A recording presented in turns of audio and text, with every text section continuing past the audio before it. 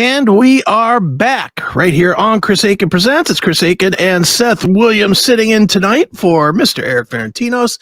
And Seth, you know, we talked about it at the beginning a little bit, but then Eric came on pretty quickly. But I was very, very happy to help out a little bit. You know, I did a little bit to help your show get off the ground as a lot well. of it, yeah. Well, whatever. But, you know, I was happy to bring it to the network and try to help it get its feet on the ground, so to speak, because me and you have been friends for ever. Yes. It seems like since I was a kid, you know, but also I enjoyed what you did before. And for the Cleveland people, you'll obviously remember Seth from the Mike Trivisonno show. For the non-Cleveland people, whoever the biggest radio guy is in your town, whoever the legend is in your town, that's Mike Trivisonno in this town. Mike was an absolute legend in Cleveland for 30 years, at least 30 years. Yeah, at least. And I knew Mike a little bit, not a whole ton, but he was always nice to me. And like I said, you ask anybody that you know in Cleveland if they know the name Mike Trivisonno, the answer is yes. You know, everybody. You didn't even have to be a fan to know him. Yeah, and he started out on 98.5. Yeah. Well, he started out way back on 3WE as a caller on the Pete Franklin show. Yeah. Like, I remember I was like 8, 9 years old.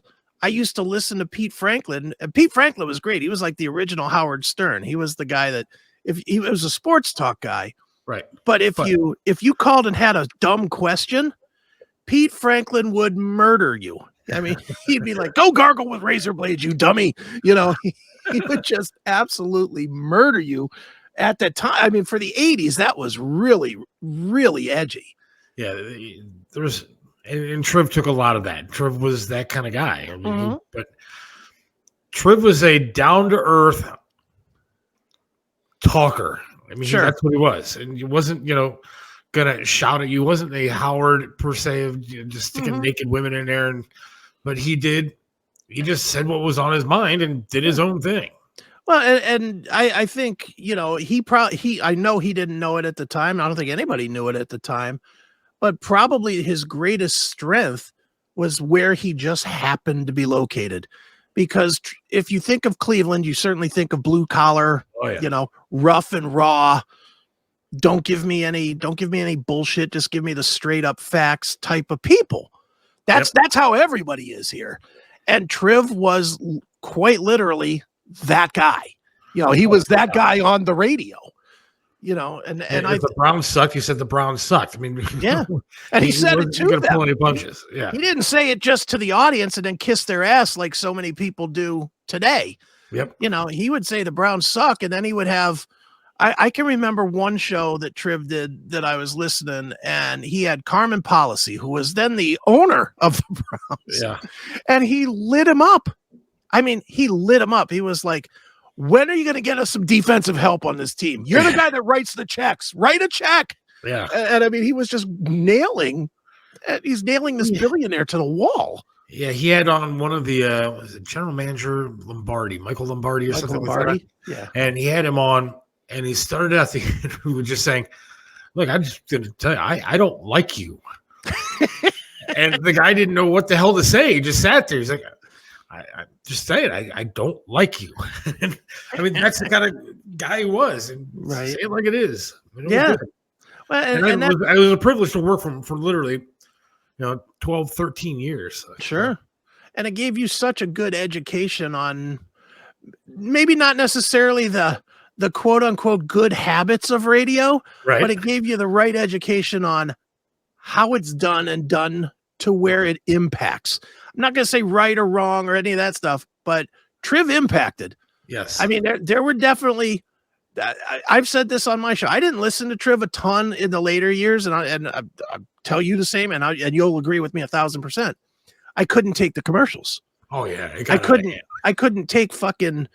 He would do traffic. He would do 2 minutes of a story, and then it would be 8 minutes of commercials. When we were doing especially towards the end, but when we were doing, because we'd have to podcast the show afterwards. Mm-hmm. different. It's so different than what we do, but Sure. we have to put it up on the website. And out of an hour-long show between news, traffic, weather, commercials, and all that stuff, and all the commercials that he did, those live commercials, Yeah. 17 to 18 minutes of content, Yeah.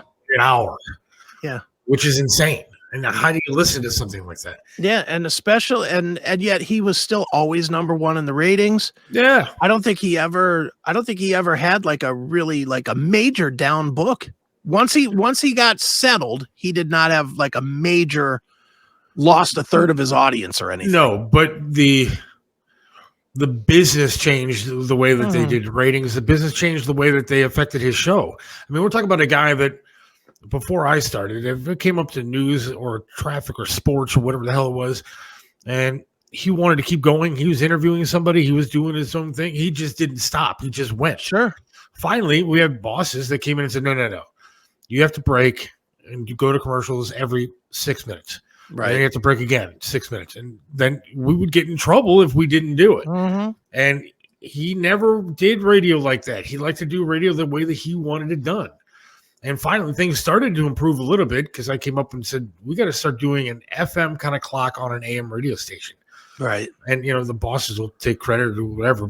But we would literally talk for 20, 25 minutes, then play 8 minutes of commercials. Sure. Then we'd talk for another 25 minutes and then play another bunch of commercials. Mm-hmm. And it worked better because people were listening for a long period of time. Yeah. But the business destroyed that show. And he knew it. And there came a point where he just said, screw it. There's nothing I can do. There's nothing you could do. And it was kind of situations. Well, the fortunate for him, probably unfortunate for the show itself, was the fact that he became bigger than the show. Oh yeah. Like his legacy, people listened to the show because of his legacy. There were people that did not listen at the end. There were people that didn't listen to TAM at all. No. Except from 3 to 7. Oh yeah. And they would go ahead. The sad part is that after he passed, they got rid of that legacy. Yeah. And I couldn't believe it. I mean, forget about the fact that they fired me. I'm a nobody. I was a producer for 13 years with him. But they got rid of his callers. They got rid of his sound. They got rid of everything. They used his name when they wanted to use it.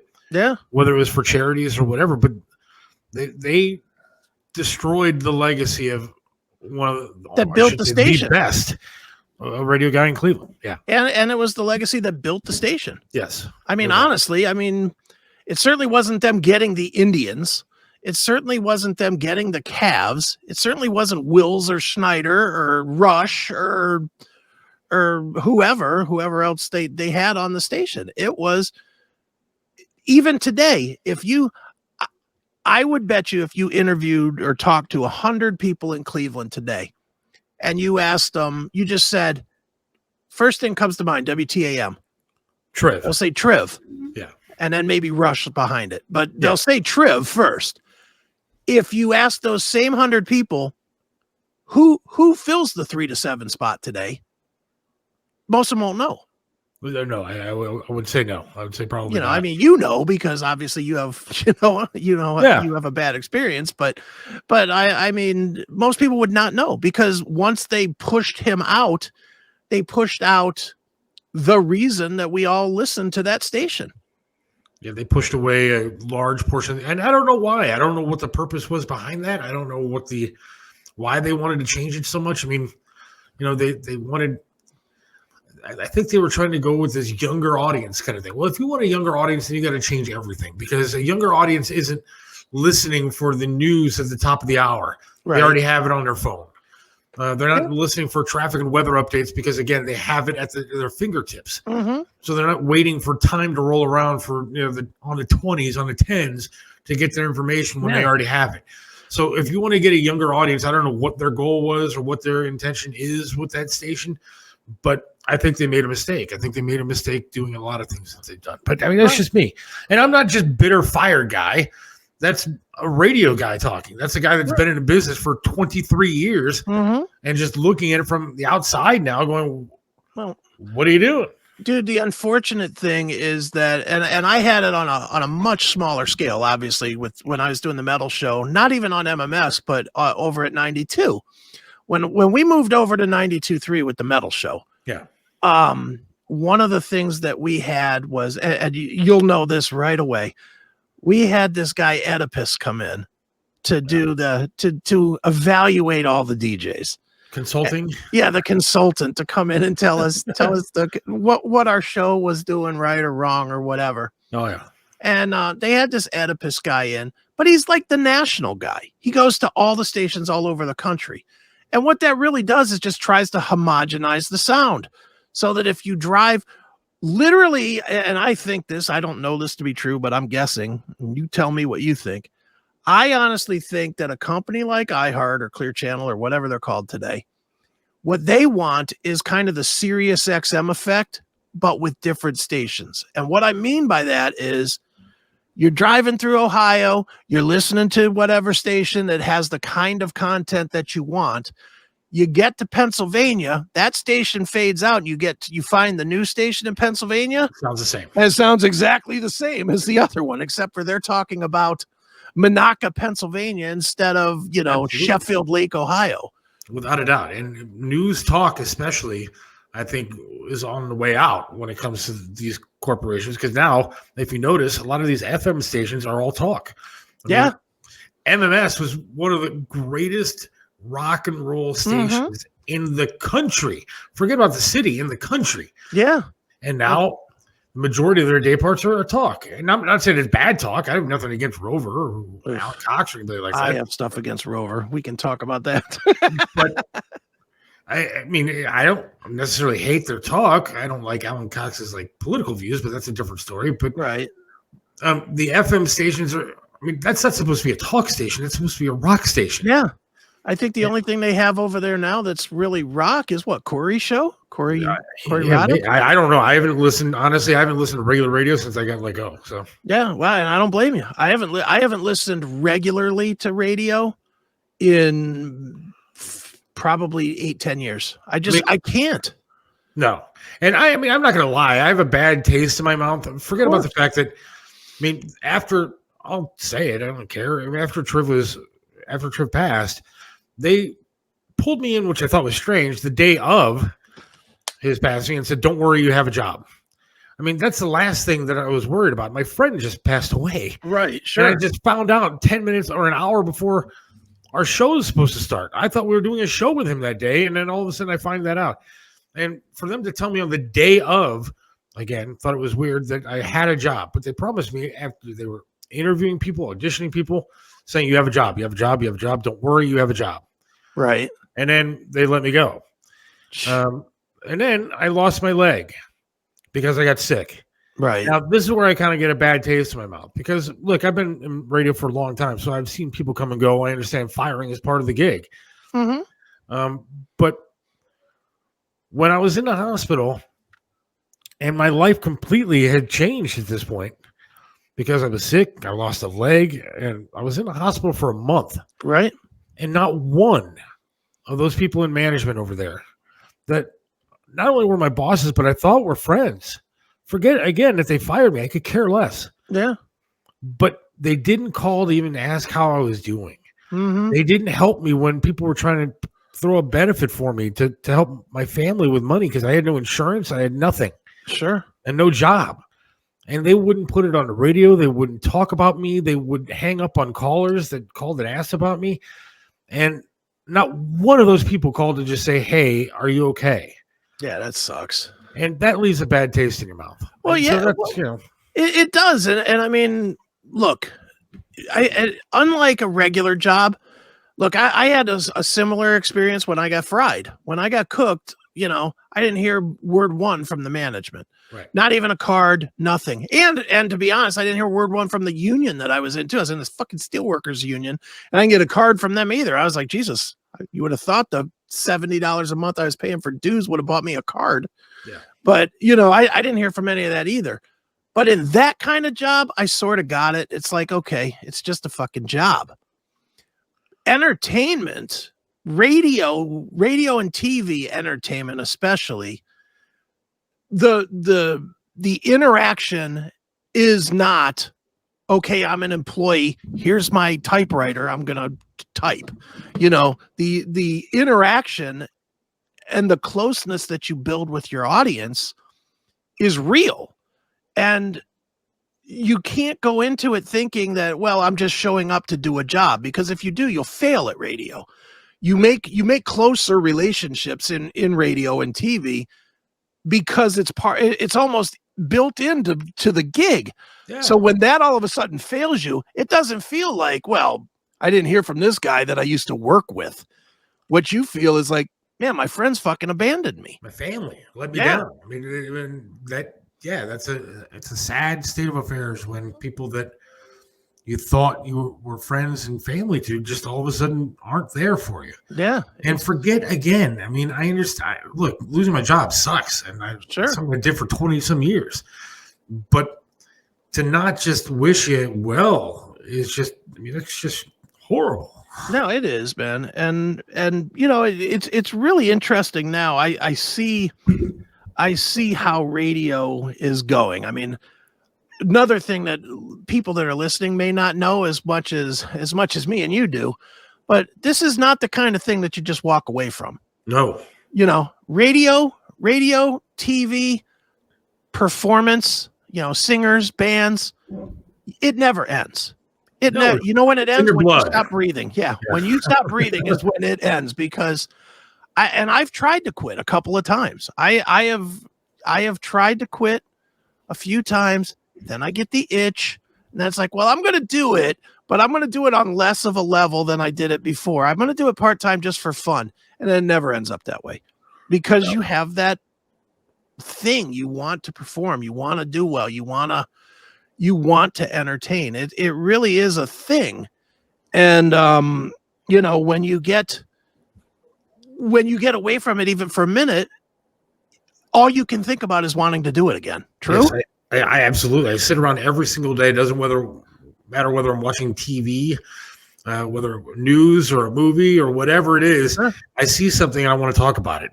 Mm-hmm. I have an idea of what I'm going to say or what joke I'm going to make or what the next topic should be, and that's what I want to do nonstop. And I can't imagine at this point in my life going to a bakery and making cookies my entire life. And this is what I was born to do. This is what I want to do. Yeah. No, that's why this podcast means so much to me, because this is what I need to do with my life. Absolutely, man. And I do want to spell this out, since these are probably mostly my guys that are going to listen and watch this on demand later and whatever. Seth's show, the Seth Williams show with Mike Chiselka, is definitely different than the shit that I do. I want to be clear about that. My Seth and Mike do they do a cleaner show than I do. I am a dirty dog, and Seth is too, but he just isn't on his show. Yeah, no. But you know that from our conversations off. Yes, the air. Off the air. You're definitely one of us. Yeah, but his show is much more mainline topical, where I get into lots of crazy stuff and rock and roll and bands and stuff. What you guys are doing is something that is, I think, and it's one of the reasons that I was more than happy to add you guys to the network.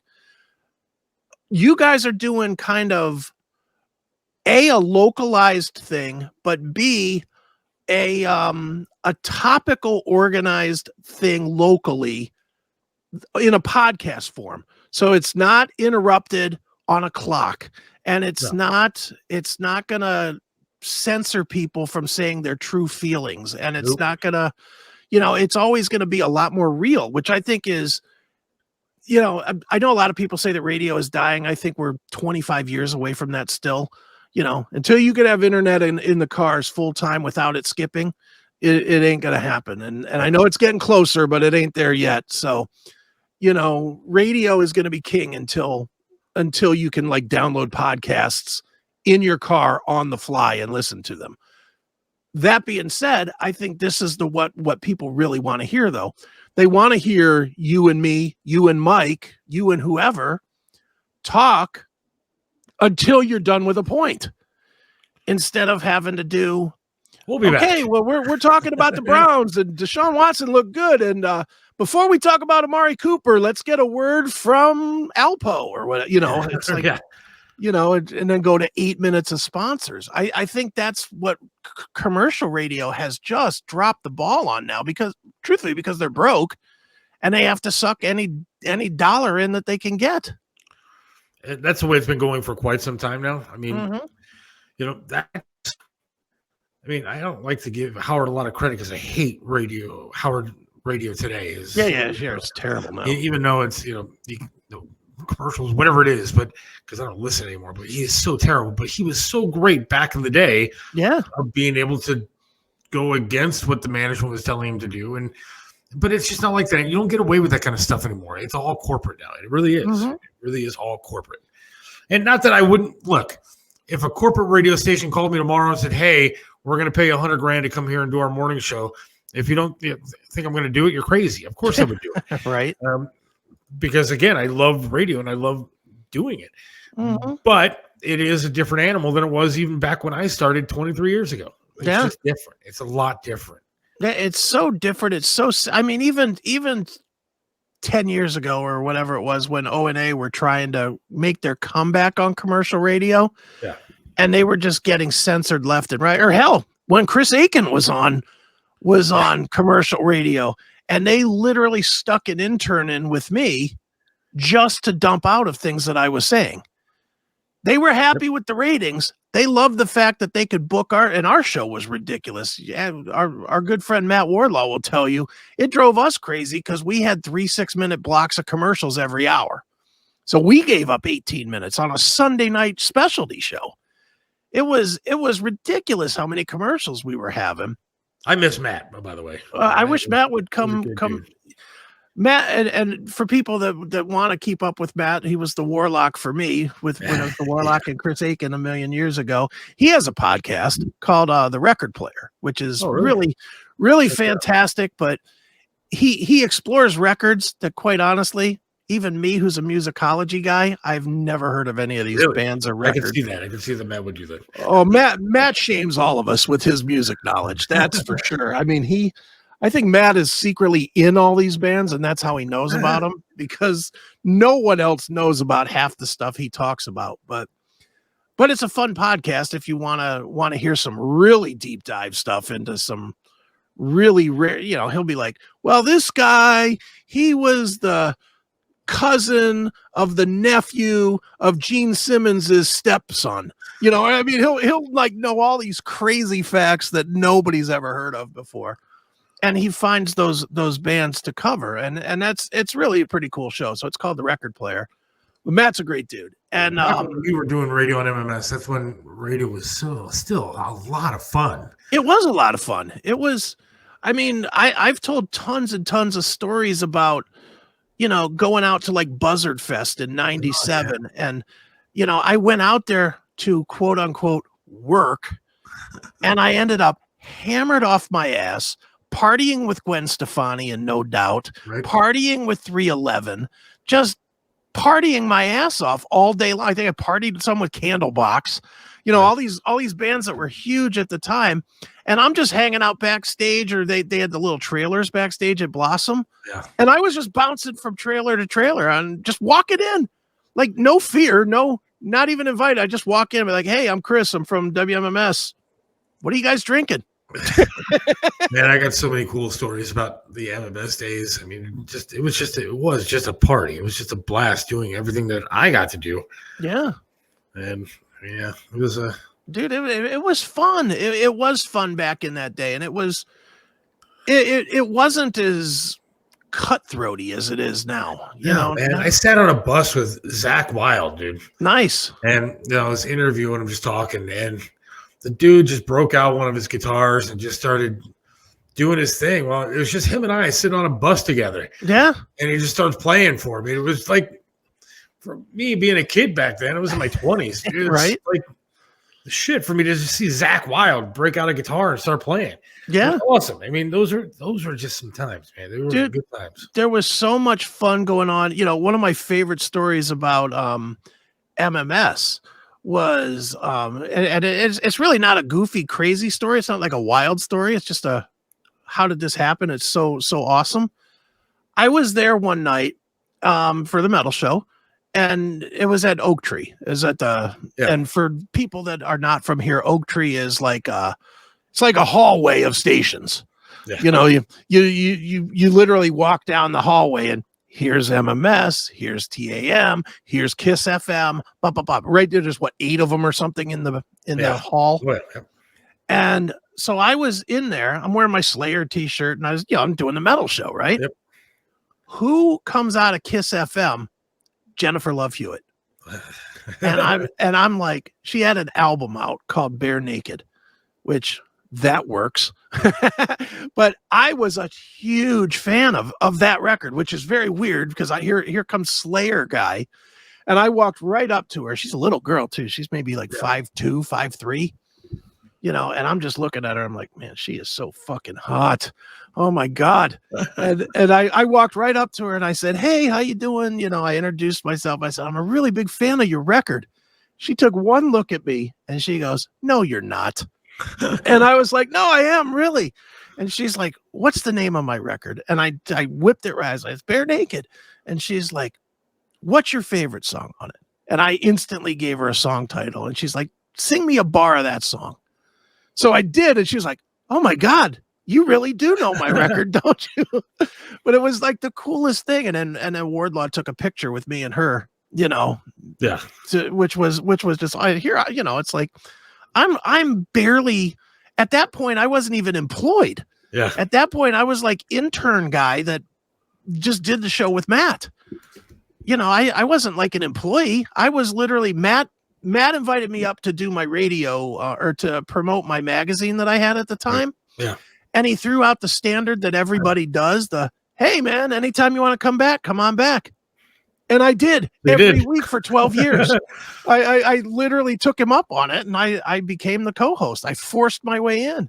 I was like kind of like your story. I was the studios were in Tower City, and so MMS had a big studio, and then KISS at the time was like a news station for us, right? And so they literally had a studio that was the size of a closet. It was right. There was like a board and a microphone, and Jessica Simpson was there, and. I mean, that's very nice. Yeah, she was so hot. But she came out of the studio. It was a tiny little studio, and I didn't know she was there. I couldn't even see them. They didn't even have a window. Yeah. And she came out of the studio, and I ran right into her, dude. I knocked her over.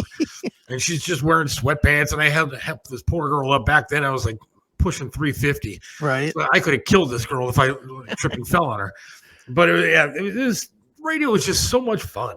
It was, dude. It was so much fun just running into people and, doing random shit. Like, one of the things, and this is actually online. If anybody wants to actually hear this story in real world, you can go to Spotify and look up Music's Bottom Line, which was my music magazine that I had at the time. And we put out a CD. But I used to come to when MMS was in Tower City. I used to come. Remember how like downstairs was the Hard Rock? Yes. Yep. Me and my friend Pat would meet an hour before the show and drink as much as we possibly could for that hour leading into the show. Like I would just get hammered, and then I would go up. For some reason, I felt like that made me a better radio guy if I was hammered. So we usually doesn't, but yeah, it usually doesn't. But I'm pretty good about not slurring or anything, even when I'm drunk. So. It drove Matt crazy because he never knew what guy was coming in. But so we would do this every week. We would come in there. We would drink me and my friend Pat, we would drink like 4, 5, 6 shots. Like we'd line them up like you see in the movies. And it would just be like, okay, 3 shots and a beer. Here we go. And then chug a beer.